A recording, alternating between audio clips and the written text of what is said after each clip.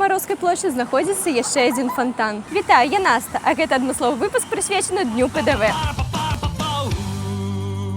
Класічны выбар для аматараў купацца ў фонтане. Добрае месца і утульнасць збіраюць большасць святкуючых гэтага дня. Маленькі памер фонтана нібыта намякае на тое, што мусіш пазнаёміцца з суседам і спытаць, дзе ён служыў. Але не забываемся на правілы бяспекі. Блізка не падыходзіць, з рукі не карміць. Вядома, што сярод дэсантнікаў ёсць не толькі аматары класікі, але культуры, мастацтва і гісторыі. Таму рушым да наступнага месца, каб дазволіць душы адкрыцца ў гэты дзень цалкам. Аматары высокага мастацтва і архітэктуры пачатку 20-га стагоддзя падабаюць фонтан, што знаходзіцца на плошчы Парыжскай камуны, альбо Траецкай гары.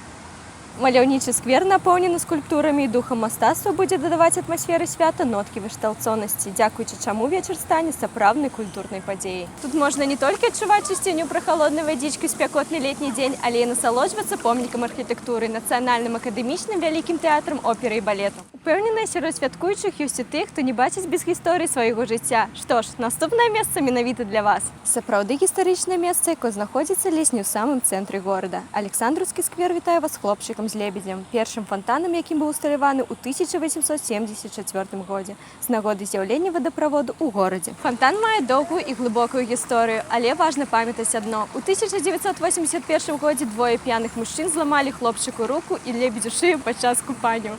Просім атрымліваць асалоду асцярожна. Едзем сотачкай да Якуба Коласа і бум! Плошча Якуба Коласа сустракае нас не проста фонтанамі, а сапраўдным комплексам басейнаў. Стаміўшыся ад водных працэдур, вы зможаце адпачыць пад помнікам Якубу Коласу. Прыемным бонусам будзе лідо для галодных і хутка смачна вышэй па вуліцы. Дарэчы, зусім побач на Камароўскай плошчы знаходзіцца яшчэ адзін фонтан. Там можна і гусей палавіць, і да дамы з сабачкам падкаціць.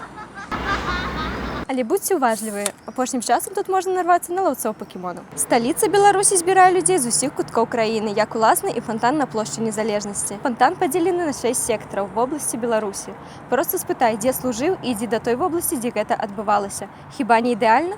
Дадатковым бонусам будзе тое, што для астатніх пунктаў нашай маленькай фонтаннай экскурсіі ад гэтага месца можна дайсці за некалькі хвілінаў. На жаль, пакуль мы даехалі да сталіцы, ужо стала цёмна за навальніцай, і мы не можам паказаць вам усю прыгажосць гэтага месца. Але калі табе спадабалася гэтае відэа, рэпосні яго сабе на старонку, дашлі сябрам, плануй маршрут загадзя і глядзі кропку бай.